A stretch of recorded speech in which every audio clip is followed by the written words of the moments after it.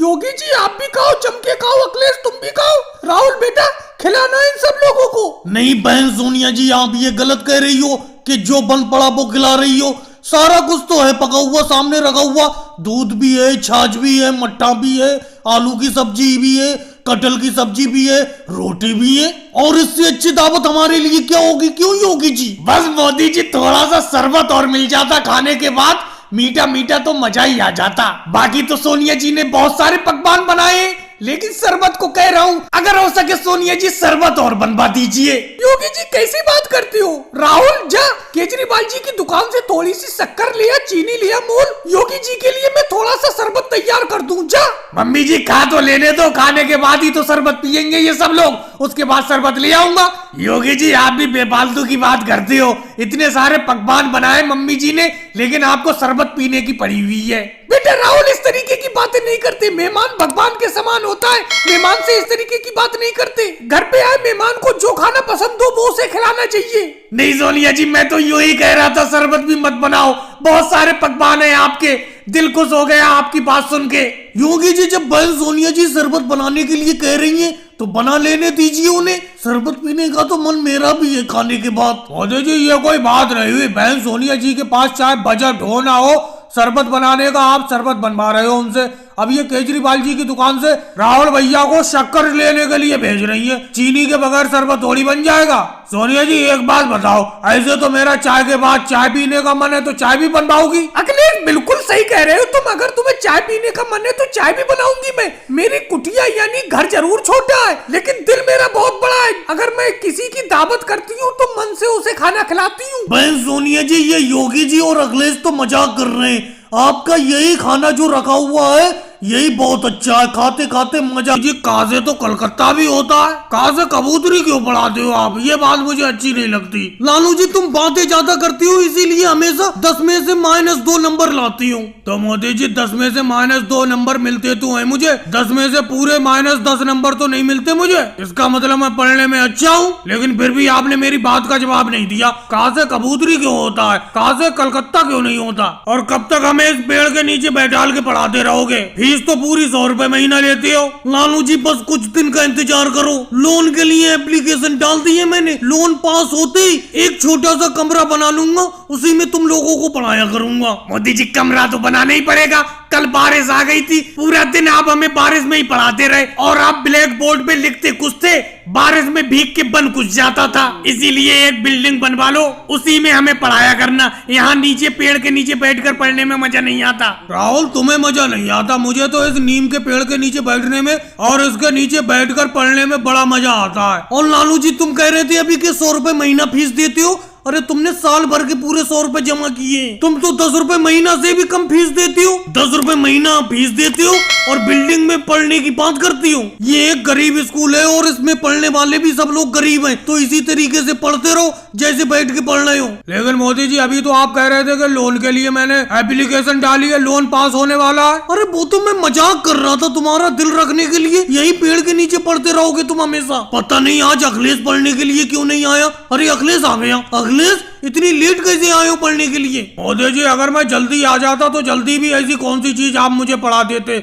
आपने कहा से कबूतरी पढ़ाया होगा, कहा से कानपुर थोड़ी पढ़ा दोगे तुम? अखिलेश टीचर से इस तरीके से बात करते, जाके नीचे जमीन में बैठो। वैसे अखिलेश पढ़ा तो मैं कहा से कबूतरी रहा था। लेकिन मोदी जी आप तो कह रहे थे इस महीने बेंच ले आओ। एक तो तुम्हारे हाथ में झाड़ू नहीं है, आज 2 अक्टूबर है, गांधी जयंती का दिन है, सब लोग हाथ में झाड़ू लो, स्वच्छ भारत अभियान का हिस्सा बनो, जितनी भी गली रोड है उनको बिल्कुल चमका दो, साफ कर दो, सारी की सारी गंदगी साफ कर दो झाड़ू से। मोदी जी मेरे तो हाथ में झाड़ू है, मैं तो अच्छी तरीके से रोड की सफाई कर रहा हूँ। अगर अपने देश के सारे लोग स्वच्छ भारत अभियान का हिस्सा बन जाए तो देश में बिल्कुल भी गंदगी नहीं होगी। अब देखो मोदी जी, मैं हूँ, तुम हो, अखिलेश है, लालू जी है, अपने चारों लोगों के हाथ में झाड़ू है और अपना लोग इस रोड को अच्छी तरीके से साफ कर रहे हैं। लेकिन दूसरी तरफ राहुल, शिवराज सिंह जी और योगी जी जेब में हाथ डाले हुए खड़े हुए हैं। देखो केजरीवाल ज्यादा बेफालतू की तो बात करो मत, झाड़ू अगर और होती तो हम भी सफाई करते, झाड़ू तो 4 ही है अपना लोगों के पास। अरे शिवराज सिंह जी अपना लोगों के पास 4 झाड़ू हैं, ऐसा क्यों बोल रहे हो? अरे मैं अपने घर से झाड़ू लाया हूँ, केजरीवाल जी अपने घर से झाड़ू लाए,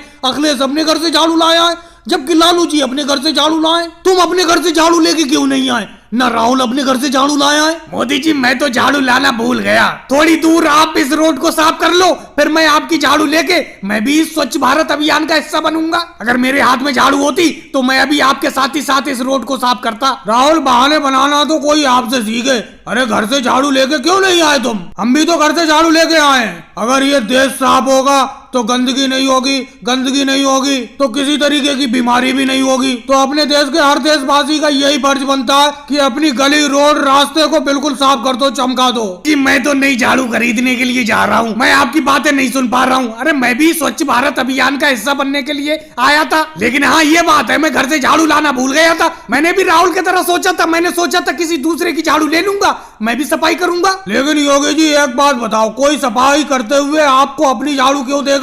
जैसे कि देखो इस रास्ते को मैं साफ कर रहा हूँ, अब तुम मुझसे झाड़ू मांगोगे, मैं अपनी झाड़ू तुम्हें क्यों देने लगा? भाई से स्वच्छ भारत अभियान का हिस्सा बन के मुझे बहुत अच्छा लग रहा है। ऐसा लग रहा है मैं रोज इन गलियों की सफाई करूँ। और भाई लोगों वीडियो को लाइक करो, चैनल को सब्सक्राइब करो। योगी जी को इस कुश्ती में हरा चुके हैं और अभी आप सब लोग कहीं जाना नहीं, अगली कुश्ती होगी योगी जी और राहुल के बीच। राहुल एक मजबूत पहलवान है जो अब तक की इस गांव की जितनी भी कुश्ती हुई है सबको हराते चले आए।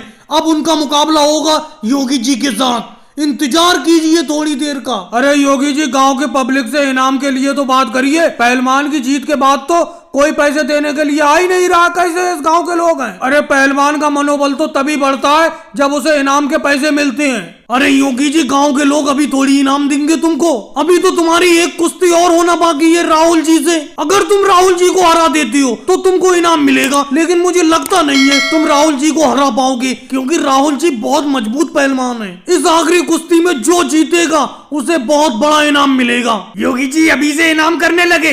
अरे पहले अपना दोनों की तो कुश्ती हो जाने दो, तभी तो विजेता घोषित होगा। अभी तो तुमने सेमीफाइनल में अखिलेश को हराया है, फाइनल तो तुम्हारा और मेरे बीच होना बाकी है। और मैं अभी तक इस दंगल में जिससे भी लड़ा हूँ उस कुश्ती में मैंने सबको हराया है और ये कुश्ती भी मैं ही जीतूंगा। राहुल भैया ये कुश्ती आप जरूर जीतना, क्योंकि इस सेमीफाइनल की कुश्ती में योगी जी ने मुझे हराया है। हालांकि मैं एक तरफा नहीं हरा, बहुत टक्कर देकर हरा हूँ और इससे पिछली वाली 5-6 कुश्ती में योगी जी को हरा भी चुका हूँ। आज मैं योगी जी के हाथों हारा गया। देखो अखिलेश, हार हार होती है, चाहे तुमने पहली कितनी बार भी योगी जी को हराया हो, फिलहाल तो योगी जी ने तुम्हें हरा दिया। हाँ इस बात को मानता हूँ, तुम आसानी से योगी जी के हाथों नहीं हारे, तुमने कुश्ती में बहुत जबरदस्त टक्कर दी योगी जी को। वैसे मोदी जी एक बात तो बताओ, फर्स्ट इनाम क्या है इस कुश्ती में? योगी जी फाइनल कुश्ती जो भी जीतेगा उसे इनाम में एक साइकिल मिलेगी, इसीलिए योगी जी राहुल जी इस आर पार की कुश्ती को बड़ा ध्यान से लड़ना, साइकिल का सवाल है। और भाई लोगों को वीडियो को लाइक करो, चैनल को सब्सक्राइब करो।